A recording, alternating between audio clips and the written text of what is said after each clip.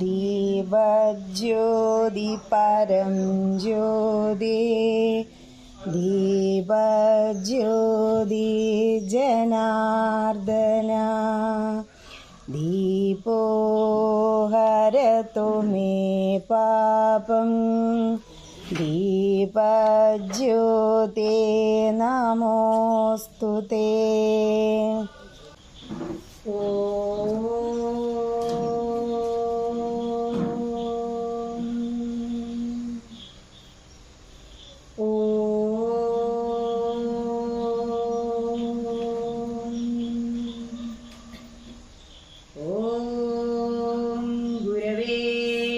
സർവലോകാനാം വിഷജേ ഭവരോഗിണാം നിധയേ സർവവിദ്യാനാം ദക്ഷിണാമൂർത്തയേ നമഃ. ശിവം ശിവകരം ശാന്തം ശിവാത്മാനം ശിവോത്തമം ശിവമാർഗപ്രണേതാരം പ്രണതോസ്മി സദാ ശിവം. ഭൂതനാഥ സദാനന്ദ സർവഭൂതദയാപരാ രക്ഷ രക്ഷ മഹാബാഹോ ശാസ്ത്രേ തുഭ്യം നമോ നമഃ. ശുക്ലാംബരധരം വിഷ്ണും ശശിവർണം ചതുർഭുജം പ്രസന്നവദനം ധ്യായേത് സർവവിഘ്നോപശാന്തയേ. ഏകദന്തം മഹാകായം തപ്തകാഞ്ചനസന്നിഭം ലംബോദരം വിശാലാക്ഷം വന്ദേഹം ഗണനായകം. സർവമംഗളമംഗല്യേ ശിവേ സർവാർത്ഥസാധികേ ശരണ്യേ ത്രയംബകേ ഗൗരി നാരായണി നമോസ്തുതേ. ഓം ഗംഗണപതയേ നമഃ. ഓം സരസ്വതിയേ നമഃ. എല്ലാവർക്കും നമസ്കാരം. ഒരു ത്രിസന്ധ്യ സമയത്ത് ഇങ്ങനെ ഒരു ക്ഷേത്ര അന്തരീക്ഷത്തിൽ വന്നിരിക്കുക, അത് മഹാഭാഗ്യ. പ്രത്യേകിച്ചും ഒരു പ്രതിഷ്ഠാദിനം നടന്ന ദിവസം. എന്താണ് ഒരു പ്രതിഷ്ഠ? എന്താണ് ക്ഷേത്രം? ക്ഷേത്ര ആരാധന. എന്നോട് പറയാൻ പറഞ്ഞ വിഷയം ക്ഷേത്ര ആരാധനയുടെ പ്രാധാന്യം എന്താണ് എന്നാണ്. അപ്പോ അതിനു മുമ്പായിട്ട് ഇവിടെ നല്ല ഒരു അന്തരീക്ഷം, ശാന്തമായ അന്തരീക്ഷം. പൊതുവെ പല ക്ഷേത്രങ്ങളിലും വിളിക്കുമ്പോൾ അവിടെ നിർബന്ധപൂർവ്വം വരുന്നത് പോലെയാണ് പലരും വന്നിരിക്കുക. ദീപാരാധന പകുതിയായിട്ട് വരും. അങ്ങനെയൊന്നുമല്ല, നിങ്ങൾ ഒരുപാട് പേര് ഒരു കൂട്ടായ്മ ഞാൻ കണ്ടു. ആ നാമജപ പ്രദക്ഷിണം ഗുരുവായൂരൊക്കെ ചെയ്യുന്നത് പോലെ അത് നല്ല കൂട്ടായ്മയോടുകൂടി ഒരാളും വേറൊരു ശബ്ദമൊന്നും ഉണ്ടാക്കാതെ നല്ല ഒരു പോസിറ്റീവാണ് എല്ലാം കൊണ്ടും. എല്ലാ പണികളും തീർന്ന ഒരു അമ്പലം മറ്റൊരു പോസിറ്റീവാണ്. പലയിടത്തും വിളിക്കുമ്പോൾ അവിടെ അതിനെ കുറിച്ചൊക്കെ പറയാൻ അവർ ഉപദേശിക്കും. ഇവിടെ അതിൻ്റെ ഒന്നും ആവശ്യമില്ല. ഇവിടെ എന്തേ വേണ്ടു? ഭക്തി മാത്രം മതി. വൈശാഖ മാസം 2 ദിവസം ഇന്നലെയും മിഞ്ഞാന്നും നിങ്ങൾ ആഘോഷിച്ചു എന്ന് വേണം പറയാൻ. മാധവ മാസം എന്നാ വൈശാഖ മാസം അറിയപ്പെടുന്നത്. ഇവിടെ വൈശാഖ മാസത്തിൽ നിങ്ങൾ എന്തെല്ലാം ചെയ്തു എന്ന് എനിക്കറിയില്ല. എങ്കിലും വിഷ്ണു ഭഗവാൻ വൈകുണ്ഠത്തിൽ നിന്നും ലക്ഷ്മി ദേവി സമേതനായി നമ്മളുടെ ഗ്രഹങ്ങളെല്ലാം പ്രവേശിക്കും. എങ്ങനെയുള്ള ഗ്രഹങ്ങളിലാ? ആരൊക്കെയാണോ ക്ഷേത്ര ദർശനം നടത്തുന്നത്? കാരണം ക്ഷേത്ര ദർശനം എന്ന് പറഞ്ഞ പഞ്ചമഹായജ്ഞങ്ങളിൽ രണ്ടാമത്തേതാണ്. അതിനും അപ്പുറം ഒരു ഉപാസന, നമുക്ക് ഒരു ഉപാസന ഉണ്ടായിരിക്കും. ആ ഉപാസനയുടെ ഒരു പ്രധാന ഭാഗമാണ് ക്ഷേത്ര ദർശനം, ക്ഷേത്രോപാസന എന്ന് പറയുന്നത്. അപ്പൊ പിന്നെ എന്തിനാ അങ്ങോട്ട് വരണേ എന്ന് ചിന്തിക്കുന്നവരുണ്ട്. അങ്ങനെ ചോദിക്കുന്നവർക്ക് നമുക്ക് ഉത്തരം കൊടുക്കേണ്ട കാര്യമില്ല. കാരണം എത്ര നല്ലത് കിട്ടിയാലും മുഖം തിരിഞ്ഞു നിൽക്കുന്നവർക്ക് നിർബന്ധിച്ചു കൊടുക്കേണ്ട ഒരു കാര്യമല്ല ഈ ഭക്തി അല്ലെങ്കിൽ ഒരു പ്രഭാഷണം. രാമായണത്തില് ശ്രീരാമചന്ദ്രൻ പറയുന്നുണ്ട്, എന്റെ കഥകൾ ആഗ്രഹിക്കുന്നവർക്ക് ചോദിച്ചില്ലെങ്കിലും നിങ്ങൾ പറഞ്ഞു കൊടുക്കണം. പക്ഷേ അത് അർഹിക്കാത്തവർക്ക് ചോദിച്ചാലും അവരെന്നെ പരിഹസിക്കും, അതുകൊണ്ട് പറഞ്ഞു കൊടുക്കരുത് എന്ന് ഇവിടെ ഇത് ആവശ്യപ്പെടുന്നവരാ. വേദ മന്ത്രങ്ങൾക്ക് ഒരു പ്രത്യേകത ഉണ്ട്. വേദം എന്ന് പറഞ്ഞാൽ അറിവ്. വേദങ്ങളിൽ അക്ഷരങ്ങളിലാണ് ദേവതകൾ കുടികൊള്ളുന്നത്. അതുവരെയുള്ള ശ്ലോകങ്ങളും കീർത്തനങ്ങളും ഒക്കെ ഇങ്ങനെ കൂടെ കൂടെ പോയി. പക്ഷെ ഇത് ചൊല്ലുന്ന സമയത്ത് ആ സ്വരങ്ങളുണ്ട്. അതായത് ഇപ്പോ വിഷ്ണു ഭഗവാനെ വേദം പഠിക്കുന്ന കുട്ടിക്ക് ആദ്യം പഠിപ്പിച്ചു കൊടുക്കുക ഗായത്രി മന്ത്ര. കാരണം 4 വേദങ്ങളിലും ഉണ്ട് ഗായത്രി മന്ത്രം. അപ്പോ ഓരോ ദേവതകൾക്കും ഗായത്രി ഉണ്ട്. നമ്മൾ പൊതുവെ സൂര്യഗായത്രിയാണ് ചൊല്ലുക, എല്ലാവർക്കും അറിയാം. ഇവിടെ വിഷ്ണു ക്ഷേത്രത്തിൽ വരുമ്പോൾ നമുക്ക് വിഷ്ണു ഗായത്രി ജപിക്കാം. ദേവി ക്ഷേത്രത്തിൽ ദേവി, ഓരോ ദുർഗയ്ക്കും എല്ലാം വ്യത്യസ്തമായ ഗായത്രികളുണ്ട്. അതിന്റെ പോർഷൻ തന്നെ പഠിപ്പിക്കുക സർവദേവ ഗായത്രികൾ എന്നാണ്. അതില് വിഷ്ണുവിന്റെ ഗായത്രി വരുന്നുണ്ട്. ആ ഗായത്രി നമുക്ക് ഇവിടെ വന്നിട്ട് ചൊല്ലാവുന്നതേ ഉള്ളൂ. അപ്പോ അതില് സ്വരിതം, അനുദാത്തം, ഉദാത്തം, അതായത് നീട്ടലും കുറുക്കലും, നിങ്ങൾ കേട്ടില്ലേ എന്ന് പറഞ്ഞിട്ട് വേദം ജപിക്കുന്നത്, അങ്ങനെ അത് ചൊല്ലാവൂ. വേദമന്ത്രങ്ങൾ ഒരു ഗുരുമുഖത്ത് നിന്ന് പഠിച്ചിട്ട് മാത്രമേ നമ്മൾ ജപിക്കാവൂ. അതായത് അക്ഷരങ്ങളില് ഇപ്പോ ഭാഗവതത്തില് പറയുന്നുണ്ട്, ഇന്ദ്രനെ വധിക്കുന്ന ഒരു പുത്രൻ ഉണ്ടാവണം എന്നാ പ്രാർത്ഥിച്ചേ. പക്ഷെ എന്താ ഉണ്ടായി? ഒരു നീട്ടലേ കൂടിയുള്ളൂ, ഇന്ദ്രനാൽ വധിക്കുന്ന പുത്രൻ ഉണ്ടാവണം. വൃത്രാസുരവധമൊക്കെ ഭാഗവതം നടത്തിയതോടെ അങ്ങനെയാ വരുന്നത്. അപ്പോ അതൊരിക്കലും വേദമന്ത്രം ചൊല്ലരുത് എന്നല്ല, അത് പഠിക്കണം. അപ്പോ വിഷ്ണുവിന്റെ ഗായത്രി ഞാൻ ഒരു ഉദാഹരണത്തിന് ചൊല്ലി കേൾപ്പിച്ചു തരാം. ഓം നാരായണായ വിദ്മഹേ വാസുദേവായ ധീമഹി തന്നോ വിഷ്ണു പ്രചോദയാത്. നമ്മൾ സൂര്യഗായത്രി ചൊല്ലുമ്പോ അവസാനം എങ്ങനെയാ പ്രചോദയാത് ചൊല്ലാറ്? അക്ഷരങ്ങളിൽ ദേവതകൾ കുടികൊള്ളുന്നു. ഒരു നിർബന്ധവും ഇല്ല നമ്മളത് ചൊല്ലിക്കോളണം, അറിയാത്തോണ്ടാ. പക്ഷേ നമ്മൾ അറിവില്ലായതാണെങ്കിലും മന്ത്രങ്ങളിൽ തൊട്ട് കഴിക്കുമ്പോ എല്ലാം മന്ത്രങ്ങളാ. മനനേന ത്രായതി ഇതി മന്ത്ര. മന്ത്രം എന്ന് പറഞ്ഞാൽ മനനം ചെയ്യുന്തോറും നമ്മളെ ഉയർത്താനുള്ള ശക്തി മന്ത്രങ്ങൾക്കുണ്ട്. അതുകൊണ്ടാണ് വേദം ഇത്ര ബുദ്ധിമുട്ടായതുകൊണ്ടാണ് വേദമന്ത്രങ്ങളുടെ ആ ഒരു സർവോപനിഷദോ ഗാവോ ദോഗ്ധാ ഗോപാലനന്ദന, ഗോപാലനന്ദനായ കൃഷ്ണൻ ആ ഉപനിഷത് വചനങ്ങൾ, വേദവചനങ്ങൾ കറന്നെടുത്തു വെച്ചതാണ് ഭഗവത്ഗീതയില്. പഞ്ചമവേദം മഹാഭാരതം എന്നറിയപ്പെടുന്നു. മഹാഭാരതത്തിന്റെ നടുക്കഷ്ണാണ് ഭഗവത്ഗീതയും പിന്നെ വിഷ്ണു സഹസ്രനാമം. എല്ലാ ഋഷീശ്വരന്മാരും സുഖമായിരിക്കുന്ന ശരീരത്തിൽ പൂർണ്ണമായ സന്തോഷത്തോടെയുള്ള മനസ്സുകൊണ്ട് രചിച്ചതാണ് എല്ലാ മന്ത്രങ്ങളും. പക്ഷേ വിഷ്ണു സഹസ്രനാമം ചോര വാർന്നൊലിക്കുന്ന ശരീരത്തിൽ ശരശയ്യയിൽ ഭീഷ്മാചാര്യ അങ്ങനെ കിടക്കുക. ആ സമയത്താണ് ധർമ്മപുത്രർ ചോദിക്കുന്നത്, ഇമേകം ദൈവതം, ഏത് ദൈവത്തെയാണ് നമ്മൾ ആരാധിക്കേണ്ടത്?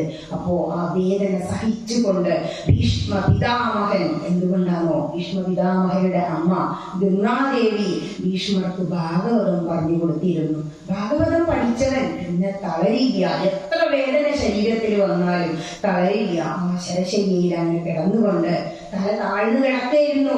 എനിക്ക് എന്റെ തല ഇങ്ങനെ വെക്കാൻ വയ്യ, ഒന്ന് നിവർത്തി വെക്കൂ എന്ന് പറഞ്ഞപ്പോ ദുര്യോധനൻ 10 തരണകളാ കൊണ്ടുവന്നേ. അർജുനനെ ഒന്ന് നോക്കിയിത്രേ. അർജുനൻ അമ്പുകൊണ്ട്, അമ്പിൽ കിടക്കുന്ന ആൾക്ക് പിന്നെ മറ്റൊരു അമ്പല്ലേ, അമ്പുകൊണ്ട് തന്നെ തലണ വെച്ചു, തല ഉയർത്തി നിർത്തി. അങ്ങനെ അവിടെ കിടന്ന് ചൊല്ലിയതാണ് വാസനാൽ വാസുദേവസ്യ വാസിദം ഭുവനത്രയം സർവഭൂതനിവാസോസി വാസുദേവാ നമോസ്തുതേ.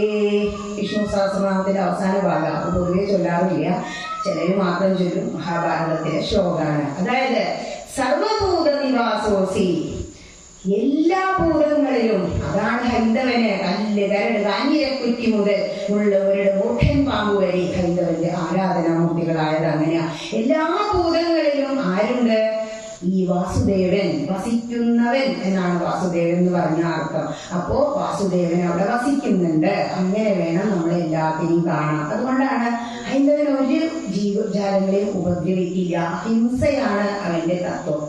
ഇനി അപ്പോ ആ ഒരു ശരശയ്യയിൽ കിടന്ന് വേദനിക്കുന്ന ശരശയ്യയിൽ കിടന്ന് ധർമ്മപുത്രർക്ക് ഉപദേശിച്ചതാണ് വിഷ്ണു സഹസ്രനാമം. നമ്മൾക്ക് ഒരുപാട് സുഖങ്ങളുണ്ട്, പക്ഷേ നമ്മുടെ മനസ്സിനെ ശാന്തമാക്കാൻ, മനസ്സിന്റെ അസുഖം മാറ്റാനുള്ള മന്ത്രമാണ് വിഷ്ണു സഹസ്രനാമം. ഇവിടെ ഇങ്ങനെയൊക്കെ സൗകര്യങ്ങളുണ്ട്. നിങ്ങൾ വന്നിരുന്ന് ചെയ്യാറുണ്ടോ എന്ന് അറിയില്ല. ഈ മാധവ മാസത്തില് വിഷ്ണു സഹസ്രനാമം മാത്രം ജപിച്ചാൽ മതി. കോടി പുണ്യം ആണ് എന്നാ പറയുന്നത്. അപ്പോ അത് ചെയ്തെങ്കിൽ അത്രയും പുണ്യം. കാരണം വെറുതെ വന്ന് തൊഴുതു പോകുന്നതല്ല ഭക്തി. നമുക്ക് പൊതുവെ എന്താ വിചാരണോ, അച്ഛനും അമ്മയും കൈ പിടിച്ചുകൊണ്ട് കൊണ്ടുവരും അമ്പലത്തേക്ക്. അച്ഛനും അമ്മയും തൊഴുതു, നമ്മളും തൊഴുതു. അച്ഛനും അമ്മയും നമസ്കരിച്ചെങ്കിൽ നമ്മളും നമസ്കരിക്കും. പക്ഷേ നമ്മൾ ആ പ്രദക്ഷിണം വെച്ച് ഇങ്ങോട്ട് വന്ന് ആ ഭഗവാന്റെ കാൽപാദങ്ങളിൽ കിടക്കുന്ന ആ തുളസി പൂക്കൾ നമുക്ക് പ്രസാദമായി കിട്ടിയതിന് ശേഷം ഒരു നമസ്കാരമുണ്ട്. അഹം ബ്രഹ്മാസ്മി. എല്ലാ പൂജാതി മന്ത്രങ്ങളും യജുർവേദത്തിലാണ്. രണ്ടാമത്തെ വേദം ഋഗ്വേദം, യജുർവേദം, സാമവേദം, അഥർവവേദം. ഈ യജുർവേദ മന്ത്രമായ അഹം ബ്രഹ്മാസ്മി എന്ന ഭാവത്തിലാണ് നമ്മൾ ആ നമസ്കരിക്കുക. അതായത് ഞാനും ഭഗവാനും ഒന്നാകുന്നു. നമ്മുടെ ഈ ആത്മാവ് അതെങ്ങനെയാ ഒന്നാകുന്നതെന്ന് ചോദിച്ചാൽ, നമ്മള് എന്തിനാ അമ്പലത്തിൽ വരണേ? അപ്പൊ പറയും എനിക്ക് ആ കാര്യം സാധിക്കണം, എനിക്ക് ഈ കാര്യം സാധിക്കണം, അല്ലെ? നമ്മളെല്ലാവരും ഭക്തിക്ക് പകരമായിട്ട് എന്തെങ്കിലും കിട്ടണം എന്ന് ആഗ്രഹിക്കുന്നവരാ. എല്ലാവരും അങ്ങനെയാവില്ല കേട്ടോ. പക്ഷെ ഭക്തിക്ക് പകരമായി ഒന്നും ചോദിക്കാത്തവരാ വിഭീഷണൻ, രന്തിദേവൻ, അംബരീഷൻ ഒക്കെ. അത്രയൊക്കെ നമുക്ക് ഉയരണം. പക്ഷെ നമ്മൾ ലൗകികരാണ്. നമുക്ക് ഭക്തിക്ക് അപ്പുറം എന്തെങ്കിലുമൊക്കെ വേണ്ടേ? നമ്മളെപ്പോഴും പ്രശ്നങ്ങൾക്ക് വേണ്ടി വഴിപാടുകൾ കഴിക്കുന്നവരാ. പക്ഷെ ഈ വഴിപാടുകളെക്കാളൊക്കെ ശക്തി പ്രാർത്ഥനകൾക്കുണ്ട് എന്നാ പറയാ. അപ്പൊ പിന്നെ വഴിപാട് കഴിക്കണ്ടേ? വേണം. കാരണം ഇപ്പൊ ഇന്നിവിടെ കയറി വരുമ്പോ ചുറ്റും വിളക്ക് അങ്ങനെ തെളിയിച്ചു വെച്ചിരിക്കുന്നു. ഈ വിളക്കുകൾ ഇവിടെ കത്തണമെങ്കിൽ എന്ത് വേണം? ഒരുപാട് ചെലവുണ്ടില്ലേ? എണ്ണ എവിടെയെന്ന് നമ്മൾ ചോദിച്ചു, തിരി എവിടെയെന്ന് ചോദിച്ചു. ഇതൊക്കെ ഇവിടെ തന്നെ ഉണ്ടാവുമോ? എന്തിനാ ക്ഷേത്രം? ക്ഷയാത് ത്രായതി ഇതി ക്ഷേത്ര.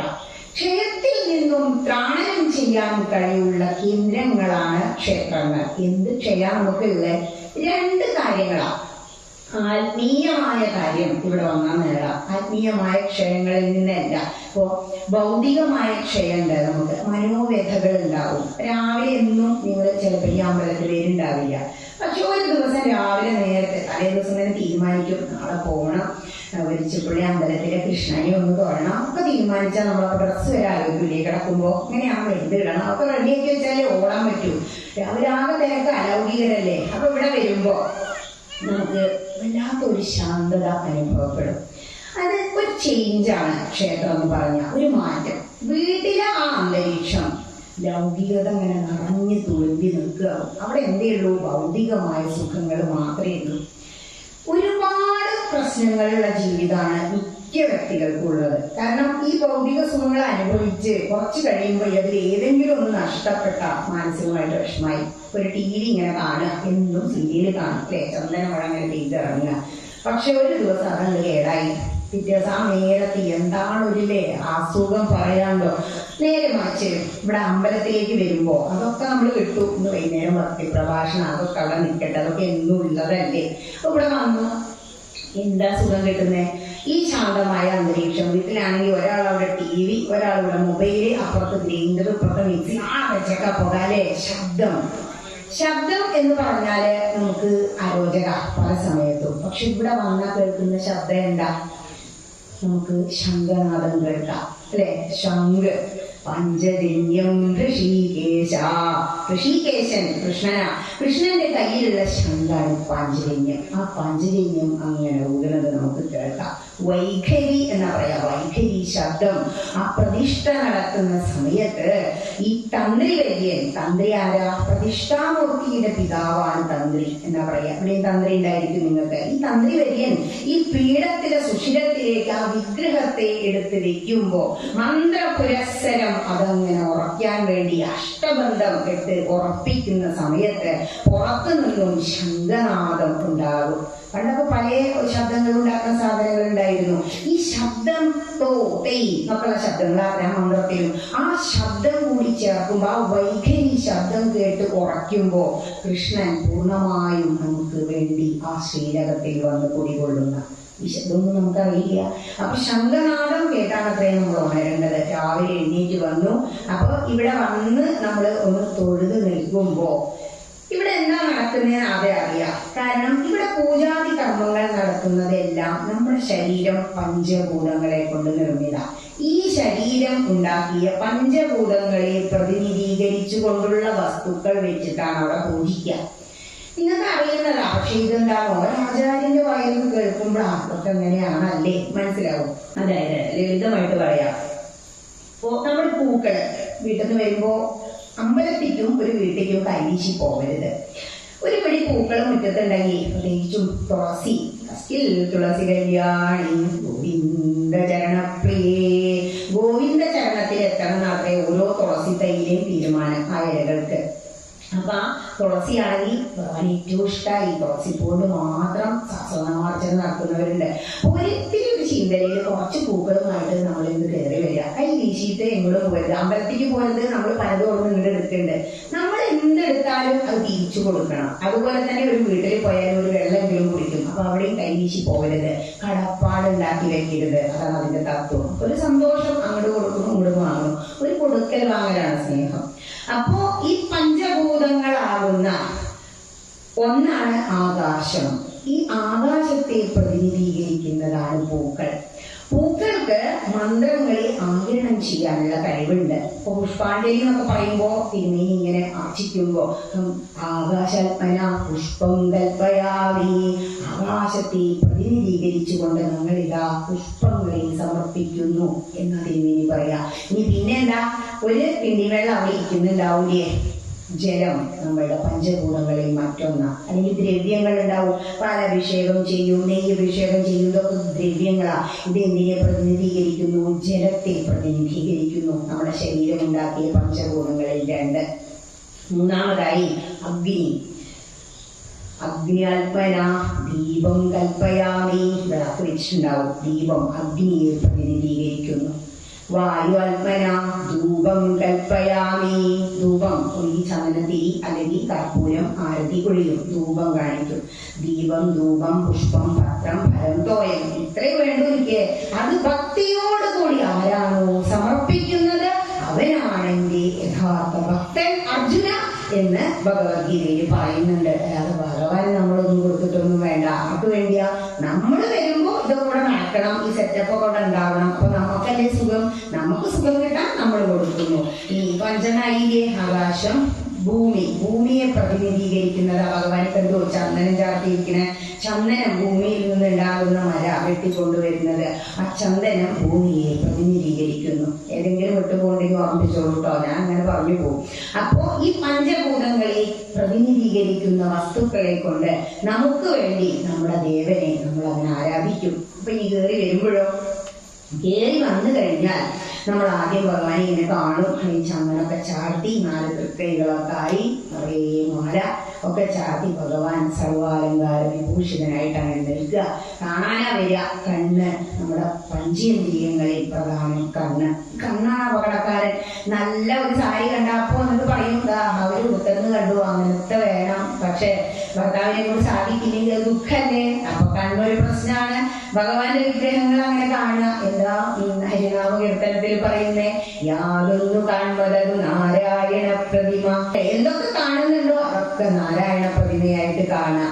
യാതൊന്നു കേൾപ്പതത് നാരായണ ശ്രുതികൾ, യാതൊന്നതൊക്കെ ഹരിനാരായണായ നമഃ. അങ്ങനെ കൃഷ്ണം കൃഷ്ണം കൃഷ്ണം. ഗോപികമാർ ഗോവിന്ദനെ എങ്ങനെയാണോ ആരാധിച്ച് ആ ഒരു ലെവലിലേക്ക് എത്തണം. ആദ്യം അതിന് ഭക്തി വേണം. ആരാ ഭക്തൻ? ഭക്തലക്ഷണ ജിജ്ഞാസ ഏവ. നിങ്ങൾ എന്തുകൊണ്ട് അവിടെ വന്നിരുന്നേ? അവരമ്മ അവിടെ ഇന്ന് ചോദിക്കുന്നുണ്ട്, തൊഴുതു വന്നിട്ട് നാമജപന്തോ എപ്പോഴാ ഭക്തി പ്രഭാഷണം?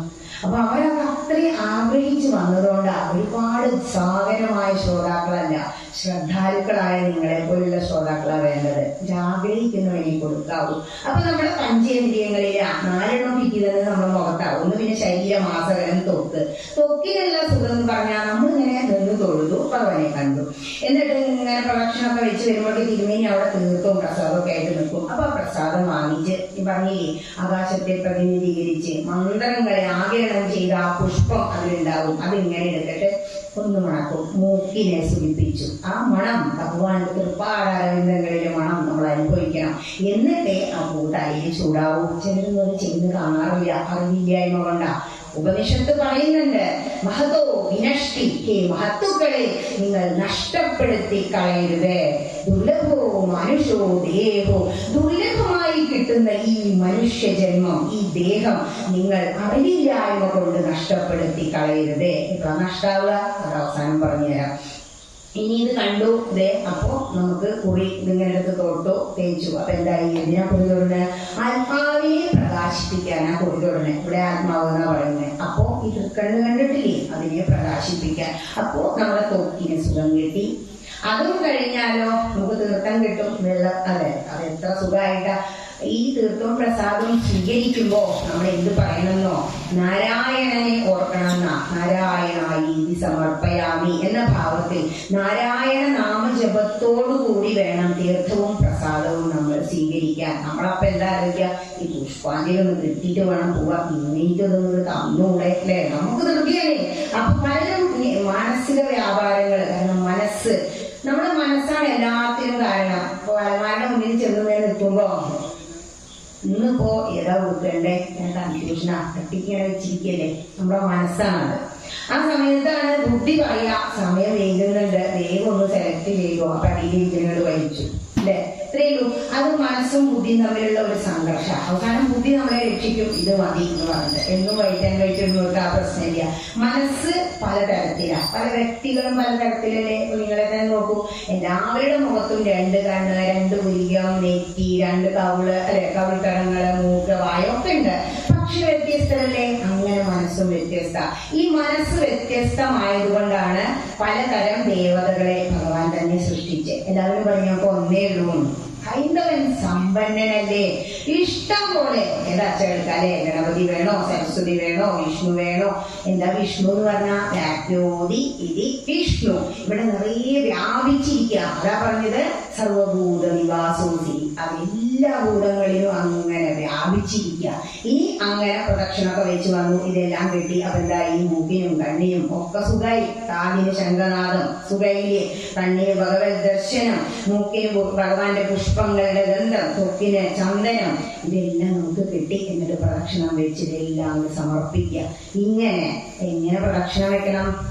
ഈ കാര്യങ്ങൾ ഇവിടെ നിന്ന് കിട്ടുന്നു എന്ന് മനസ്സിലാക്കിക്കൊണ്ട് ആരാധിക്കണം, അറിഞ്ഞ് ആരാധിക്കണം എന്നാ പറയുന്നത്. കാരണം ഈ അറിവില്ലായ്മയോടുകൂടി ഇവിടെ വന്ന് ഇത് വാങ്ങി തോണ്ടി തേച്ച് കുറെ തോണിൽ തേക്കും, കുറെ പുറത്തു കൊണ്ടുവന്നിടും. ഈ പ്രസാദം വാങ്ങിയതൊന്നും അവിടെ ഒന്നും തേക്കരുത്. കാരണം ക്ഷേത്രം എന്ന് പറഞ്ഞാൽ ഗീത പറയുന്നുണ്ട്, ഇതം ശരീരം കൗന്ദേയ ക്ഷേത്രമിത്യഭിധീയതേ.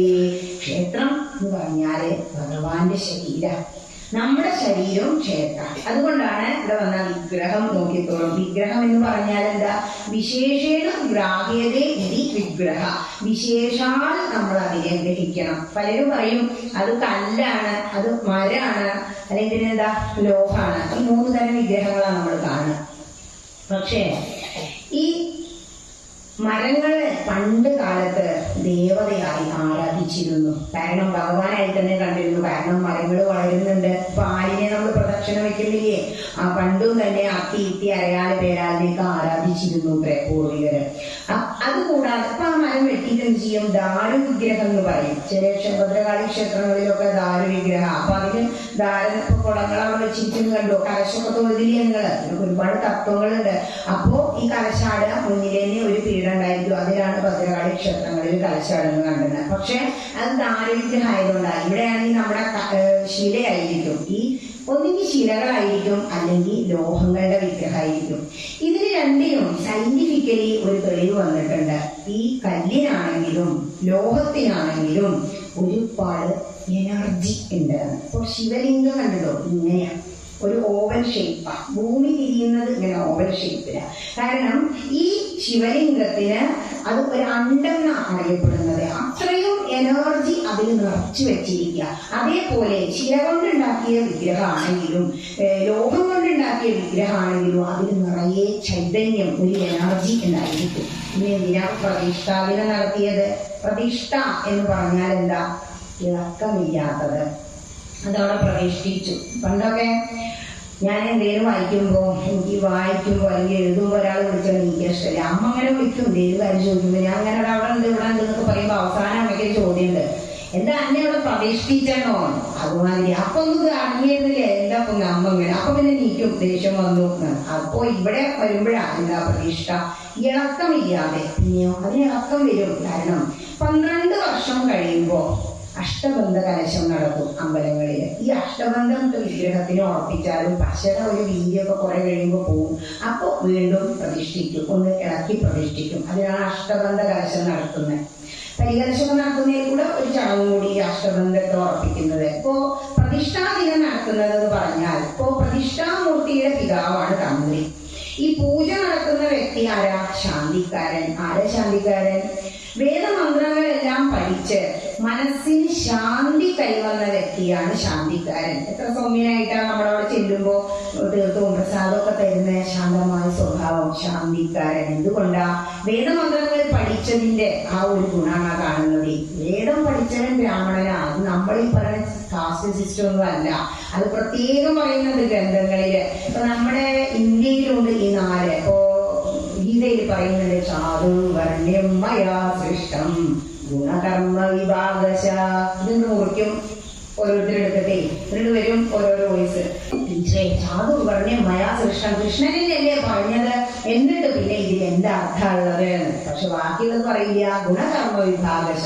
നമ്മൾ ചെയ്യുന്ന ജോലിയുടെ ഗുണങ്ങൾക്കനുസരിച്ചാണ് നമ്മുടെ ജാതി ഇപ്പോഴത്തെ കാലത്ത് പറയുന്നത്. കാരണം നമ്മുടെ ഇന്ത്യയിലെ പ്രൈം മിനിസ്റ്റർ, പ്രധാനമന്ത്രി, നമ്മൾ പറയും ചാതുർവർണ്ണ്യം 4 സിസ്റ്റേഴ്സൊക്കെയാ: ബ്രാഹ്മണൻ, ക്ഷത്രിയൻ, വൈശ്യൻ, ശൂദ്രൻ. ഇതില് ബ്രാഹ്മണന്റെ ജോലി പ്രൈം മിനിസ്റ്റർ, അയാൾ അത്ര ചെവിയിലൊന്നും ഇറങ്ങി വർക്ക് ചെയ്യണ്ട. ക്ഷത്രിയൻ എന്ന് പറഞ്ഞാൽ നമ്മുടെ ഫോഴ്സ്, മിലിറ്ററി, 3 തരം ഫോഴ്സ് ഉണ്ട്. അവര് ക്ഷത്രിയന്റെ ജോലിയാണ് യുദ്ധം ചെയ്യുന്നത്. ഇനി ക്ഷത്രിയൻ കഴിഞ്ഞാൽ വൈശ്യൻ. വൈശ്യൻ എന്ന് പറഞ്ഞാൽ ടാറ്റാ ബിർളൊക്കെ എന്താ ചെയ്യുന്നത്? ബിസിനസ്സാ. അതാണ് വൈശ്യന്റെ ജോലി. ഇനി ശൂദ്രൻ എന്ന് പറഞ്ഞാലോ നമ്മുടെ കർഷകരെ, അവർ മണ്ണിൽ അങ്ങനെ പണിയെടുത്തുകൊണ്ടിരിക്കുക. ഇനി ഇതെല്ലാം നമ്മുടെ സിസ്റ്റത്തിൽ വേണ്ടേ? അതുകൊണ്ടാണ് 3 ഗുണങ്ങൾ പറയും: സത്വഗുണം, രജോ ഗുണം, തമോ ഗുണം. ഇത് 3ഉം വേണം. എല്ലാവരും പറയും സത്വഗുണ പ്രധാനനായിട്ട് ഇരിക്കണം. അപ്പൊ അത് മാത്രമായ മതിയോ? ജീവിച്ചോണ്ടിരുന്നാ പോരല്ലോ, അവർക്ക് ഉണ്ണണ്ടേ. അപ്പൊ എന്ത് വേണം? കുറച്ച് രജോ ഗുണമുള്ളവർ ജോലി ചെയ്യാൻ പോകണം. ഇപ്പൊ രാവിലെ നമുക്ക് സത്വഗുണം അമ്പലത്തിൽ വരുന്നത്, ഉച്ചയ്ക്ക് രജോ ഗുണം, രാത്രിയിൽ ഉറങ്ങുന്നത് തമോ ഗുണം. ഇത് 3ഉം വേണം. ഇച്ഛാശക്തി, ജ്ഞാനശക്തി, ക്രിയാശക്തി സ്വരൂപിണി. ലളിതാ സഹസ്രനാമത്തിൽ പറയുന്നുണ്ട്. ഈ പ്രപഞ്ചത്തിൽ നമ്മളെ ഭഗവാൻ ഇങ്ങനെ സൃഷ്ടിച്ചിട്ടുണ്ടെങ്കിൽ നമ്മളെ കൊണ്ട് ഇവിടെ എന്തോ ഒരു കാര്യം സാധിക്കാനുണ്ട്. നമ്മളൊരു നിമിത്തം മാത്രമാണ്. ഇപ്പൊ ഒരാൾ ടൈലർ, ആരും ടൈലർ അല്ലെങ്കിൽ തുണി കുറച്ച് നടക്കേണ്ടിയിരിക്കേ. അപ്പൊ അവര് നമ്മുടെ സമൂഹത്തിന് ആവശ്യം. അപ്പോ അവനവന് കിട്ടിയ ജോലി അതെന്ത് ചെയ്യണം? കർമ്മയോഗമായി, ഈശ്വരാർപ്പണമായിട്ട് അങ്ങനെ ചെയ്യാം. പണ്ട് രാജസൂയം നടത്തുമ്പോ മുത്തശ്ശി ഇലയെടുക്കല ജോലി. ഈ ഇലകളെടുത്ത് കൊട്ടയിലിടുമ്പോഴൊക്കെ കൃഷ്ണാർപ്പണം, കൃഷ്ണാർപ്പണം. ഇത് അർജുനൻ കണ്ടുകൂട്ടെ. അപ്പൊ അർജുനൻ ദേഷ്യം വന്നു. കൊടുത്ത് ചാട്ടക്കാരനാണല്ലോ, ഓടി ചെന്ന് കൃഷ്ണനെ വിളിച്ചു. കൃഷ്ണൻ അവിടെ തിരക്കില്ല.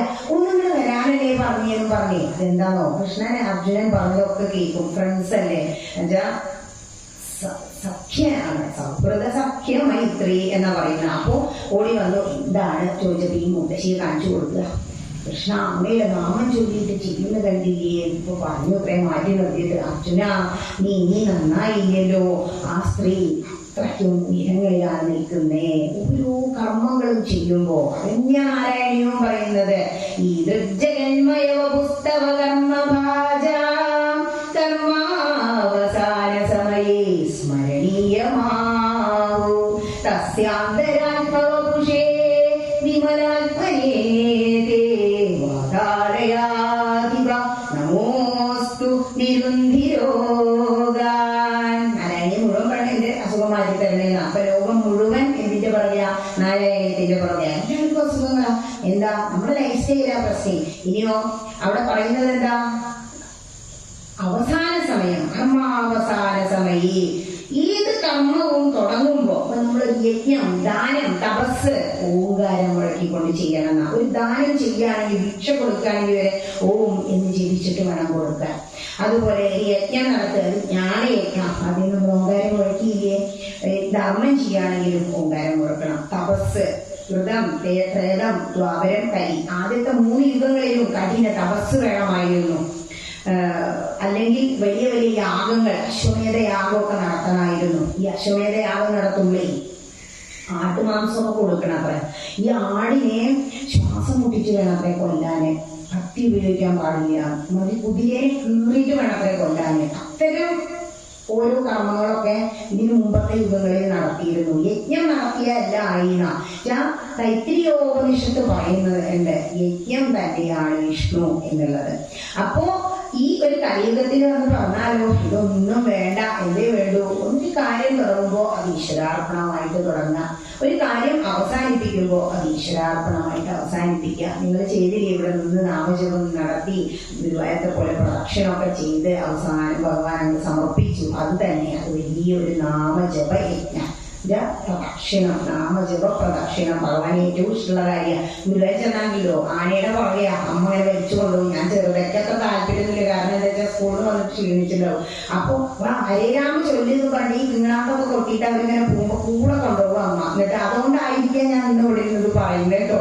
അന്ന് എനിക്ക് അറിയില്ലെങ്കിലും അറിഞ്ഞു തൊട്ടാലും അറിയാതെ തൊട്ടാലും അഗ്നി കൊള്ളുന്ന് പറയും പോലെ. എന്നിട്ടോ അവസാനത്തെ റൗണ്ട് ഓട്ടാണ്. ആനയെ ഓടിക്കും, കൂടെ നമ്മളെ ഓടിക്കുന്നുള്ളതാണ്. അങ്ങനെയൊക്കെ ഒരു സംസ്കാരം നമ്മുടെ അമ്മമാര് നമുക്ക് തരുമ്പോഴാണ് നമുക്ക് ശരിക്കും ആത്മീയത അറിയുന്നത്. കാരണം നമ്മുടെ ഹൈന്ദവരെ പറ്റിയ തെറ്റ് എന്ന് പറഞ്ഞാൽ ഹൈന്ദവർ ഒരുപാട് വിദ്യാഭ്യാസം കൊടുക്കുന്നുണ്ട്. അക്കാദമിക, എങ്ങനെ സുഖിച്ച് ജീവിക്കാന്നുള്ള വിദ്യാഭ്യാസം, അല്ലെ? നല്ല ജോലി, അതിനല്ലേ എല്ലാവരും പഠിക്കണേ. അറിവുണ്ടാവാൻ ആരെ പഠിക്കണേ? നമ്മൾ പഠിച്ചു അല്ലേ? ഈ സമയം ഫിസിക്സ് അതൊക്കെ എന്താണെന്ന് പോലും എനിക്കൊരു പിടിയില്ല. ഞാൻ കുറെ ഫിസിക്സ് ചെയ്ത് പഠിച്ചു, ബൈക്കോട്ട് എഴുതി ഇങ്ങനെ പാസ്സായതാണ്. അപ്പൊ അന്ന് എന്ത് നമ്മുടെ ജീവിതത്തിൽ പ്രയോഗിക്കണം അത് പഠിപ്പിക്കാത്ത ഒരു സിസ്റ്റമാണ് നമുക്കുള്ളത്. പക്ഷെ ഈ അക്കാദമിക്കിനപ്പുറം ആത്മീയമായ ഉന്നതിക്ക് എന്ത് വിദ്യാഭ്യാസം നമുക്ക് കിട്ടുന്നത്? അങ്ങനെ ഒരു വിദ്യാഭ്യാസം ഉണ്ടെങ്കിൽ ഒരുപാട് കുട്ടികളോട് അംഗീകരിക്കുന്നു. കാരണം അവർക്ക് വലിയ താല്പര്യം അവർക്ക് കേൾക്കാം. ഇതിപ്പോ എന്താണോ ലൗകികത്തില് എന്താ ഭാഗമെന്ന് പറയുന്നത്? ഗൃഹാന്തരൂപേ പതിരോ യഥാ പശു. ഈ ഗൃഹത്തില് ഒരു കുറ്റി അടിച്ചിട്ട് പശുവിനെ ഇങ്ങനെ കയറ് കെട്ടി അതിങ്ങനെ കടന്ന് കറങ്ങും പോലെ ഗൃഹമാകുന്ന അന്തർമുഖത്തിൽ വീണ് ഒരുപാട് പ്രശ്നങ്ങളാ. അങ്ങനെയുള്ളവരാണ് ഒത്തിരി ആശ്വാസം സമാധാനത്തിന് വേണ്ടി ക്ഷേത്രത്തിൽ വരിക. ക്ഷേത്ര ആരാധനയുടെ സുഖം അനുഭവിച്ച് മാത്രമേ അറിയാൻ കഴിയൂ. വരാത്തവനോട് എത്ര പറഞ്ഞതും കാര്യമില്ല. കൽക്കണ്ട മധുര, കൽക്കണ്ട യാത്ര, എന്ത് കൽക്കണ്ട മധുരം. അതുപോലെ ക്ഷേത്ര ആരാധന. ഇവിടെ വന്ന് ആരാധിക്കുമ്പോൾ നിങ്ങൾ ഒറ്റയ്ക്ക് ഇങ്ങനെ പ്രദക്ഷിണം വെക്കുമ്പോ ഈ ദീപത്തിന് പുറത്തേക്ക് വിടുന്ന ശബ്ദം ഓംകാരാന്നാ പറയുന്നത്. മറ്റൊന്ന് ഹാർമോണിയം വായിക്കുമ്പോൾ ഓംകാരം മുഴക്കിക്കൊണ്ടിരിക്കുന്നത്. ഈ പ്രദക്ഷിണ വഴിയിലൂടെ നിങ്ങൾ സന്ധ്യാസമയത്ത് ഒറ്റയ്ക്ക് അല്ലെങ്കിൽ രാവിലെ നേരത്തെ ഒറ്റയ്ക്ക് വന്ന് പ്രദക്ഷിണം വെക്കുമ്പോൾ ഭഗവാന്റെ ഒരു അനാഹത ശബ്ദം അനുഭവിക്കാൻ കഴിയും. കുറെ നമ്മൾ എത്തിക്കഴിഞ്ഞാണ് പറയുന്നത്. പക്ഷെ നമ്മളെന്താ ചെയ്യുക? ഒന്നും അറിയില്ല, അത് പറഞ്ഞു കൊടുക്കില്ല. അറിഞ്ഞാലും കുട്ടികൾക്ക് ആ ഒരു വിദ്യാഭ്യാസവും കൊടുക്കില്ല. ലോകം മുഴുവൻ എന്ത് ചെയ്യുന്നു?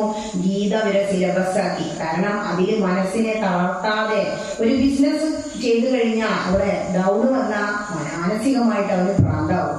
അതാവാതിരിക്കാനാ സൈക്കോളജിക്കൽ സ്റ്റഡിയാണെന്ന് അറിഞ്ഞിട്ട് ഇത് ബിസിനസ് മാനേജ്മെന്റ് പഠിക്കുന്നവരെ വിദേശികൾ പഠിപ്പിക്കുന്നത്. നമ്മുടെ കുട്ടികളോട് ഗീതയിലെ ആദ്യത്തെ അധ്യായത്തിന്റെ പേരെന്താ ചോദിച്ചാൽ അവൻ ഇങ്ങനെ കുന്തം പോലെ നിൽക്കും. ആ സമയത്താണ് തൊപ്പി വെച്ചവൻ എഴുന്നേറ്റ് നിന്നിട്ട് അതിന് ഉത്തരം പറയുന്നത്.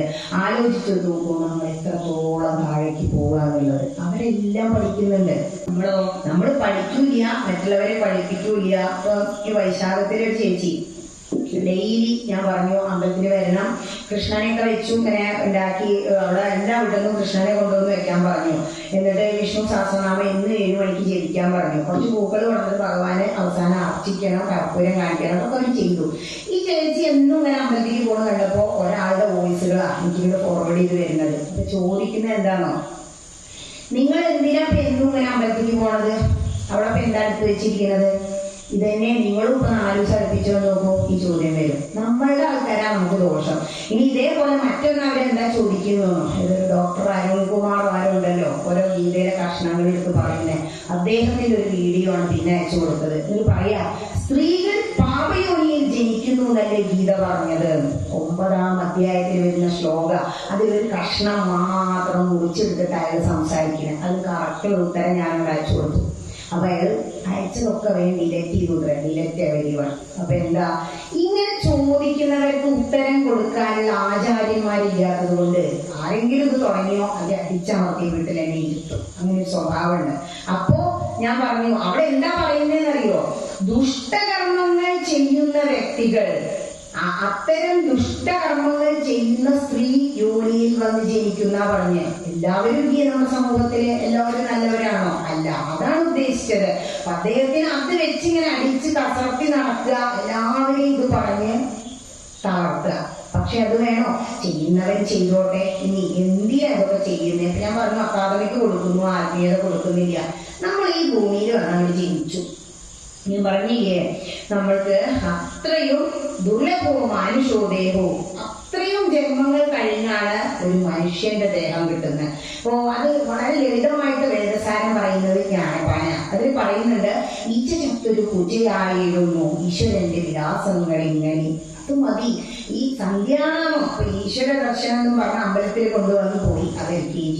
വീട്ടിൽ ചെന്നാൽ സന്ധ്യാനാമം കുട്ടിയെ കൊണ്ട് ചൊല്ലിക്കുക, കൂടെ ഇരുന്ന് ചൊല്ലുക. മറ്റുള്ളവരെ നോക്കൂ, അവർ കൂട്ടമായിരുന്ന പ്രാർത്ഥിക്കുക. എല്ലാവർക്കും ഓരോ ഗ്രന്ഥം, ഒരേ ഗ്രന്ഥം എല്ലാവർക്കും ആളവണ്ണുണ്ടായിരിക്കും. നമ്മൾ മറ്റുള്ളവരുടെ പോസിറ്റീവുകളെ സ്വീകരിക്കണം. എല്ലാവരും ചേർന്ന് ഇരുന്നിങ്ങനെ ഗീതാധ്യാനം ഓം പാർത്ഥായ പ്രതിബോധിതാം ചൊല്ലുന്നത് ഓർത്ത് നോക്കൂ. ഇത് സുഖ, എന്ത് നല്ലൊരു അന്തരീക്ഷമായിരിക്കും സന്ധ്യയാകുമ്പോ. നേരെ മറിച്ച് ഈ താമ്പൂല പ്രശ്നം വെച്ചോണ്ടിരുന്നത് വല്ല കാര്യമുണ്ടോ? ഇതിന്റെ ഉത്തരം മറ്റൊന്നാണ്. നമ്മള് ഒരു ജന്മം കിട്ടി. എന്തിനാ ഈ ജന്മം കിട്ടി? അപ്പോഴാണ് സന്ധ്യയാകുമ്പോൾ നാമജപം കഴിഞ്ഞാൽ അമ്മ ഈ ജ്ഞാനപ്പാന കയ്യിൽ വെച്ച് തരുന്നത്. അപ്പോഴാണ് ഇത് വായിക്കുന്നത്. ഓ, ഈച്ചയും പൂച്ചയും പിന്നെ വെള്ളാരെയും പട്ടിയായിട്ടും വരുന്ന അവസാനം നല്ല സുഹൃതം കൂടുമ്പോൾ കിട്ടുന്ന ജന്മമാണ് മനുഷ്യജന്മം. പ്രത്യേകിച്ചും നിങ്ങൾക്ക് ഇത്ര ഒരു അന്തരീക്ഷം, അതായത് ഒരു ക്ഷേത്രാന്തരീക്ഷവുമായി ബന്ധപ്പെട്ട ഒരു ജീവിതം കിട്ടിയില്ലേ, നിങ്ങൾ സുഹൃതികളാ.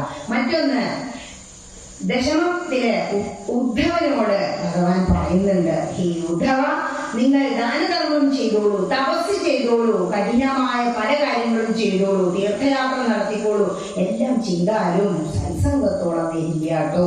ഈ നടത്തുന്നതാണ് സത്സംഗം. ഞാൻ പറഞ്ഞില്ലേ, മറ്റ് യുഗങ്ങളിൽ നമ്മൾ കഠിനമായ തപസ് യജ്ഞങ്ങൾ നടത്തണമെങ്കിൽ ജ്ഞാനയജ്ഞം മാത്രം നടത്തിയാൽ മതി, സത്സംഗം മാത്രം നടത്തിയാൽ മതി. കലികാലത്തിലെ മോക്ഷം ഉറപ്പാ. കാരണം വിഷ്ണു ഭക്തന്മാർ, പ്രത്യേകിച്ചും വിഷ്ണുവിനെ ആരാധിക്കുന്ന ഭക്തന്മാർ എല്ലാവരും വിഷ്ണു രൂപം പ്രാപിച്ച് വൈകുണ്ഠത്തിലെത്തും എന്ന സങ്കല്പം. അങ്ങനെയാണെങ്കിൽ ഇത്തിരി ഭക്തി ഉണ്ടായാൽ മതി. എന്താ ഭക്തി? ഭഗവാൻ എന്താണ്, എന്തിനാ ഈ ജന്മം കിട്ടി നമുക്കറിയണം. അതിനുള്ള ഒരു ജിജ്ഞാസ. അപ്പൊ നമുക്ക് ഒരുപാട് ജന്മങ്ങൾക്ക് ശേഷം ഇങ്ങനെ ഒരു ജന്മം കിട്ടി. അതിൽ പറയുന്നുണ്ട്, ഇന്നലെയോളം എന്തെന്നറിയില്ല, നാളെയും എന്തെന്നറിയില്ല. അതിന്റെ അർത്ഥം എന്താണെന്നറിയോ? ഇന്നലെ എന്താ നമുക്കറിയാം, കഴിഞ്ഞ ജന്മത്തിൽ ഞാൻ എന്തായിരുന്നു എന്ന് എനിക്ക് അറിയില്ല കൃഷ്ണ. അടുത്ത ജന്മം ഞാൻ എന്താവും അതും എനിക്കറിയില്ല. പക്ഷേ ഈശ്വരന്റെ വിലാസങ്ങൾ ഇങ്ങനെ. കൃഷ്ണ, ഇതെല്ലാം അങ്ങയുടെ വിലാസങ്ങളല്ലേ? ഞാനിതാ ഇവിടെ ഈ മനുഷ്യരൂപത്തിൽ ഇങ്ങനെ വന്ന് ജനിച്ചിരിക്കുന്നു. ഇനി എന്തേ വേണ്ടു? എങ്ങനെയെങ്കിലും ഈ ജീവിതം ജീവിതം എന്തിനാണ് എന്ന് മനസ്സിലാക്കണം. അതാണ് ഭക്തി. ഭക്തിയിലൂടെ ജ്ഞാനം നേടുക. ഇങ്ങനെയുള്ള ഒരു സത്സംഗവേദികളിൽ നിങ്ങൾ എത്തിപ്പെടുക, പ്രഭാഷണങ്ങൾ കേൾക്കുക, നല്ല നല്ല സപ്താഹങ്ങളിൽ പോയി കൂടുക, എന്നിട്ട് ജ്ഞാനം കുറെ നേടിയ അവസാനം ഭക്തി, ജ്ഞാന, വൈരാഗ്യം. എന്താ വൈരാഗ്യം? അയൽവാസിയോട് നല്ല വൈരാഗ്യം, അമ്മായിമ്മയോട് നല്ല വൈരാഗ്യം അല്ലേ? അതല്ല. വൈരാഗ്യം എന്ന് പറഞ്ഞാല് എല്ലാം ത്യജിക്കാനുള്ള ഒരു കഴിവ്. പരീക്ഷിത്ത് മഹാരാജാവ് 7 ദിവസം ഊണും ഉറക്കം ഇല്ലാതെ ഈ ഭാഗവതം കേട്ടു. സമയത്ത് ചോദിക്കുകയാണ് ശുശുഖബ്രഹ്മർഷി, ആലോചിച്ചു നോക്കൂ, ഈ പശുവിനെ ഒന്ന് കറക്കട്ടെ എന്ന് പറഞ്ഞപ്പോ 3 മിനിറ്റ് ഇരിക്കാൻ പറ്റില്ല. ശുശുഖബ്രഹ്മർഷിക്ക് എവിടെ ഇരിക്കാൻ പറ്റില്ല, ഇങ്ങനെ നടന്നുകൊണ്ടിരിക്കും. അച്ഛനേക്കാൾ മിടുക്കനാ വ്യാസന്റെ ഏറ്റവും നല്ല പുത്രൻ ആ ശ്രീശുഖബ്രഹ്മർഷി 7 ദിവസം അവിടെ ഇരുന്ന് ഈ പരീക്ഷത്തിന് ഭാഗവതം കേൾപ്പിച്ചു കൊടുത്തു. പരീക്ഷണങ്ങളിലൂടെ ജനിച്ച കുട്ടിയാ പരീക്ഷിത്ത്. ഗർഭസ്ഥനായിരിക്കുമ്പോ അശ്വത്ഥാമാവിന്റെ ബ്രഹ്മാസ്ത്രത്തിൽ നിന്ന് കൃഷ്ണനെ രക്ഷിച്ച് പിന്നെയും ഭഗവാൻ രക്ഷിക്കുക. ഈ കഴുത്തിൽ ഈ പാമ്പിനെ തോണ്ടിയിട്ടു. ഏതോ ഒരു മുനി അവിടെ ഇരുന്ന് തപസ് ചെയ്യുക, ധ്യാനിക്കുക. ആ പാമ്പിനെ തോണ്ടിയിടുന്ന വല്ല കാര്യം ഉണ്ടായിരുന്നു? അവിടെ നിന്നും ഭഗവാൻ രക്ഷിക്കുക ഈ ഭാഗവതം കേൾപ്പിച്ചുകൊണ്ട്. എന്നിട്ടോ ഒക്കെ കേട്ട് കഴിഞ്ഞിട്ട് പറയാ, ഈ ശ്രോതമിച്ഛസി ഹേ പരീക്ഷിത്ത് മഹാരാജാവേ, ഇനി എന്തെങ്കിലും കേൾക്കണോ? സമയത്ത് പറഞ്ഞു, വേണ്ട. അപ്പൊ പറയാ, സർവജ്ഞനായി കുറച്ചു കാലം കൂടി ജീവിക്കാം. കശ്യപ മഹർഷിക്ക് നിങ്ങളുടെ വിഷം ഇറക്കാനുള്ള കഴിവുണ്ട്. ഈ കർഷകൻ വരുന്ന വഴിയിലേ കശ്യപ മഹർഷി നിൽക്കുന്നുണ്ടായിരുന്നു അത്രേ. അപ്പൊ എങ്ങോട്ടാ കർഷകാന്ന് ചോദിച്ചപ്പോ മുനീശ്വരന്മാർ അവരോടൊക്കെ സംസാരിക്കും. അപ്പൊ പറയാ, ഞാൻ ഇങ്ങനെ ഒരു ഡ്യൂട്ടി ഉണ്ട്, എനിക്ക് കിട്ടിയിട്ട് ഒരു ശാപം. മുനീശ്വരൻ സാക്ഷാൽ തപസ്സികൾ ഈശ്വരന്മാരല്ലോ, മുനീശ്വരനാണ്, അദ്ദേഹം ശപിച്ചാൽ ഞാനത് ചെയ്യണം, ഞാൻ അങ്ങോട്ട് പോവുക. അപ്പൊ പറയാണ്, എനിക്ക് ആ വിഷം ഇറക്കാൻ കഴിയുമെന്ന്. അപ്പോ കർഷകനാകെ സംശയമായി, ഞാൻ കടിച്ചു കൊല്ലണം എന്നല്ലേ പറഞ്ഞത്. അപ്പൊ സംശയം, എന്നാ ഒന്ന് നോക്കട്ടെ, നിങ്ങൾക്ക് അത് ചെയ്യാൻ പറ്റുമോ എന്ന് പറഞ്ഞിട്ട് ആൽമര അവിടെ നിന്നു അതിനൊരു കൊട്ടിയിട്ട് ആകെ ഇവിടെ ഉണങ്ങി. ആ സമയത്ത് ഈ കമണ്ടലിൽ നിന്നും വെള്ളം എടുത്തിട്ട് അങ്ങ് കഴിക്കുക. അത് അങ്ങോട്ട് തെളിർത്തു വന്നു. അപ്പൊ കർഷകന് മനസ്സിലായി, ഞാൻ കൊത്തിയാലും പരീക്ഷിച്ച് ജീവിക്കും, അപ്പൊ ആ ശാപം ഭരിക്കില്ലാലോ. അപ്പോ കുറെ ആഭരണങ്ങളും മറ്റൊക്കെ കൊടുത്ത് ഇയാളെ തിരിച്ചയച്ചു എന്നാ പറയുന്നത്. കുറെ ധനങ്ങളൊക്കെ, ധനം കിട്ടിയതല്ലായി എന്നാണല്ലോ നമ്മളെ വിചാരം. അതൊക്കെ നമ്മളെ ഉദ്ദേശിച്ച് എഴുതുന്നതാ. മാമുനീശ്വരന്മാർക്ക് എന്തിനാ ധനം? അവർക്ക് കിട്ടിയ ധനം നശിച്ചു പോകാത്ത ധനം. നമ്മുടെ കയ്യിലുള്ളതൊക്കെ ഒന്ന് ആലോചിച്ച്, ഒരു വെള്ളപ്പൊക്കം വന്നാൽ സർവ്വത് പോയില്ലേ, ജീവൻ കൊണ്ട് ഓടും നമ്മളില്ലേ. ഒരു ഭൂമി കുലുക്കം വന്നാൽ കഴിഞ്ഞു, ഇത്രയേ ഉള്ളൂ നമ്മുടെ സമ്പാദ്യമൊക്കെ. ഈ ഉടുത്തതും കൊണ്ട് നമ്മൾ പായില്ലേ, മരിച്ചാലോ ഒന്നും കൊണ്ടുപോകാൻ പറ്റില്ല. അപ്പോ തിരിച്ചയച്ചു. അങ്ങനെ കർഷകൻ ചെന്നു. കർഷകൻ കൊത്തി മരിക്കും എന്ന് പറഞ്ഞപ്പോ പറയാ, രക്ഷിക്കണമെങ്കിൽ കശ്യപ മഹർഷിയുണ്ട്. അപ്പൊ പറയാ, വേണ്ട ശ്രീശുഖബ്രഹ്മർഷി, ഈ മനസ്സിനെ ഭഗവാനിൽ വെച്ചുകൊണ്ട് ശരീരം വിടാൻ ഞാൻ തയ്യാറാണ്. അതെന്തുകൊണ്ടാ? ഭാഗവതം കേട്ടത് കൊണ്ടാ.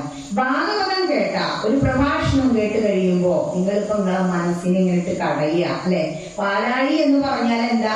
നാരായണൻ എന്ന് പറഞ്ഞാൽ എന്താ? നാരായണൻ. നാരം എന്ന് പറഞ്ഞ വെള്ളം. അതായത് ഈ സാഗരത്തിനുള്ളിൽ ചലിക്കാതെ ഇങ്ങനെ കിടന്നുകൊണ്ടിരിക്കുക ആരാ? നാരായണൻ. അതാണ് നാരത്തിൽ ഉള്ളവൻ നാരായണൻ. ക്ഷീരസാഗരത്തിൽ അങ്ങനെ കിടക്കുക. ഈ നാരായണൻ പാലാഴി കടയുന്നതിന്റെ കഥ ഈ തായ്ലൻഡിലെ എയർപോർട്ടിൽ പോയ ഈ പാലാഴി മകനാണ് അവിടെ സ്റ്റാച്ചു ഉണ്ടാക്കി വെച്ചിരിക്കുന്നത്. നമ്മുടെ ഇന്ത്യയിൽ എന്താണെന്ന് ആലോചിച്ച് നോക്കൂ. നമ്മളവിടെ അതൊന്നും കാണില്ല, അവിടെ പലതും കാണുന്നുണ്ട് അല്ലേ. അതാണ് അവസ്ഥ.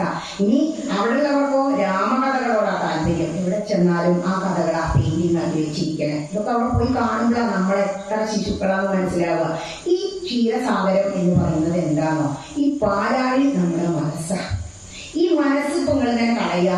ടീച്ചർ പറഞ്ഞ പോലെ ഇത് ഇങ്ങനെയൊക്കെയാണല്ലോ, കുറക്കാലായിരുന്നു ഉണ്ടോർന്ന് ജീവിക്കുന്നു. ശങ്കരാചാര്യ സ്വാമി പറഞ്ഞു, മനുഷ്യരൂപേണ മൃഗം ചരന്തി. എന്താ അങ്ങനെ പറഞ്ഞേ? നിങ്ങൾക്കൊക്കെ മനുഷ്യന്റെ രൂപേ ഉള്ളൂ, മൃഗങ്ങളെ പോലെ ഉണ്ട്, ഓരിട്ട് ഉറങ്ങി അങ്ങനെ തീർക്കുക. എന്താ നമ്മൾ ചെയ്തുകൊണ്ടിരിക്കുന്നത്? കുറെ ഭക്ഷണം കഴിക്കണം അല്ലെ, സ്വാദിഷ്ടമായ ഭക്ഷണം. പണ്ടൊക്കെ ഗസ്റ്റ് വരുന്നു, ഈ അതിഥി എന്ന് പറഞ്ഞാൽ തന്നെ എന്താ അർത്ഥം? തിഥി നോക്കാതെ വരുന്ന ആളാണ്, പെട്ടെന്ന് കയറി വരുന്ന ആളാ. അപ്പൊ നമ്മൾ ആദ്യം തന്നെ വിളിക്കും, ആളുണ്ടാവുമോ അറിയില്ല, വരുന്നുണ്ട് പറയും. എന്നിട്ടോ നമ്മൾ വരുമ്പോഴേക്കും, പണ്ടൊക്കെ അതിഥി വരുന്നുണ്ടെങ്കിൽ നമ്മൾ വീട്ടിലാണ് പലഹാരങ്ങളൊക്കെ ഉണ്ടാക്കുക അല്ലെ, അവര് വരുന്നുണ്ട് ഒക്കെ പറഞ്ഞിട്ട്. ഇപ്പോഴോ പുറത്തുനിന്ന് ഓർഡർ ചെയ്ത് വരുത്തും. അമ്മ ഉണ്ടാക്കുന്ന ഫുഡാണ് ഏറ്റവും വിഷമില്ലാത്തത് നമുക്കറിയാം, പക്ഷെ അത് ചെയ്യില്ല. നമുക്ക് എന്നും അസുഖങ്ങളല്ലേ. എത്ര സൂപ്പർ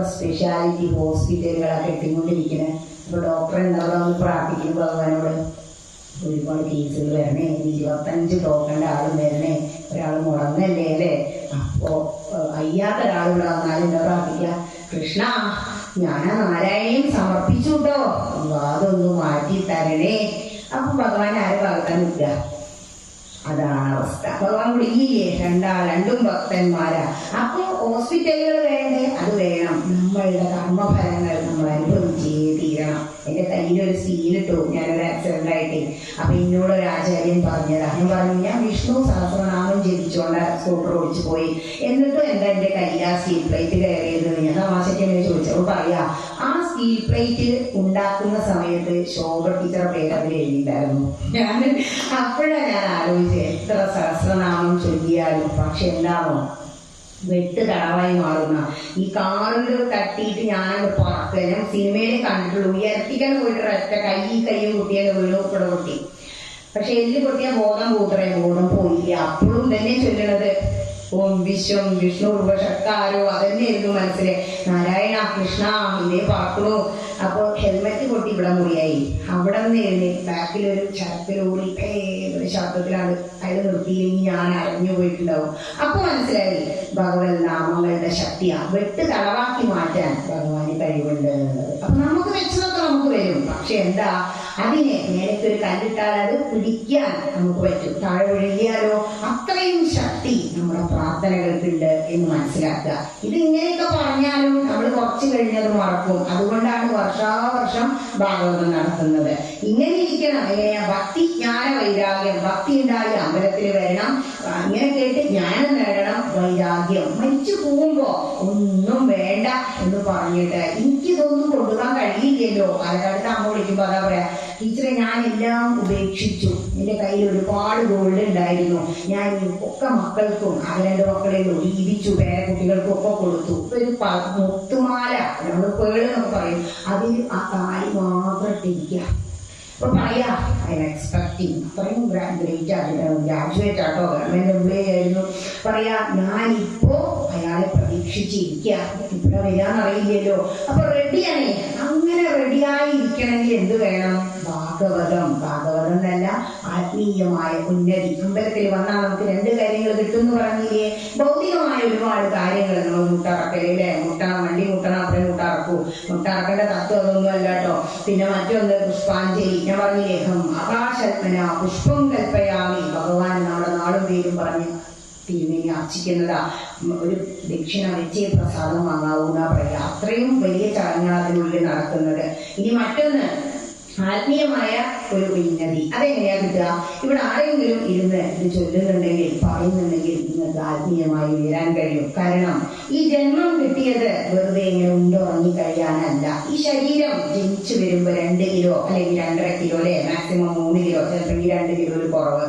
ഈ ശരീരം നമ്മൾ കൊണ്ടുവന്നതാണോ? ഞാൻ നേരത്തെ പറഞ്ഞില്ലേ, നിങ്ങൾ എന്ത് വാങ്ങിയാലും നമ്മളത് തിരിച്ചു കൊടുക്കാൻ ബാധ്യസ്ഥരാണ്. ഈ പഞ്ചഭൂതങ്ങൾ കൊണ്ട് നിർമ്മിതമായ ശരീരം നമ്മൾ ഇവിടെ വന്നപ്പോ കൊണ്ടുവന്നതല്ല. ഈ പ്രകൃതിയിൽ നിന്നെടുത്ത് ഭക്ഷണം കഴിച്ചു. അപ്പൊ ഈ 2 കിലോ അച്ഛനും അമ്മയും കഴിച്ച ഭക്ഷണത്തിനുണ്ടായി. നമ്മൾ സ്വന്തമായിട്ട് എന്ത് മാത്രമേ ഉള്ളൂ? ഇതിനുള്ളിലിരിക്കുന്ന ഈ ശരീരം ഒരു ദേവാലയമാണെങ്കിൽ ഇതിനുള്ളിലിരിക്കുന്ന ജീവനാണ് അതിന്റെ ദേവൻ. ഈ ക്ഷേത്രം ഒരു ദേവാലയമാണ്. അതിന്റെ ആ വിഗ്രഹം എന്ന് പറയുന്ന ഗർഭഗൃഹത്തിനുള്ളിലിരിക്കുന്ന ആ വിഗ്രഹമാണ് ദേവൻ. ഈ ദേവനെ, വിഗ്രഹത്തെ നമ്മൾ കാണുമ്പോൾ ഇതിനുള്ളിലിരിക്കുന്ന ഈ ജീവന്റെ, അതാണ് അതിന് ബിംബം എന്ന് പറയുന്നത്. ശരിക്കും ബിംബം ആരാ? ഭഗവാന്റെ വിഗ്രഹം. അതെവിടെ പ്രതിബിംബിക്കണേ? ഏതൊരു ബിംബത്തിലും പ്രതിബിംബമുണ്ട്. കണ്ണാടി നോക്കുമ്പോ കണ്ടില്ലേ? ബിംബം, ഭഗവാന്റെ ബിംബം ആണെങ്കിൽ അതിനൊരു പ്രതിബിംബം ഉണ്ട്. ഈ കണ്ണാടിയിൽ അതിങ്ങനെ പ്രതിബിംബിക്കണം. നിങ്ങൾ എത്ര ഭക്തന്മാർ ഇവിടെ വന്ന് തൊഴുത് നമസ്കരിക്കുന്നോ അത്രയും ആ വിഗ്രഹത്തിന്റെ ചൈതന്യം വർദ്ധിക്കും. ഇന്നിപ്പോ പ്രതിഷ്ഠയായിട്ട് കലശക്കാടി. കാരണം ഓരോ ദിവസവും നമ്മൾ പലരും, സാധാരണ ലൗകികര പലതരത്തിൽ ജീവിക്കുന്നവർ അവിടെ വന്ന് തൊഴുത് പ്രാർത്ഥിച്ച് നമസ്കരിച്ച് പോകുമ്പോൾ ഈ വിഗ്രഹത്തിന് ചൈതന്യ ലോപം സംഭവിക്കുന്ന ഈ മന്ത്രങ്ങളെ കൊണ്ട് പ്രതിഷ്ഠിച്ച വിഗ്രഹത്തിന്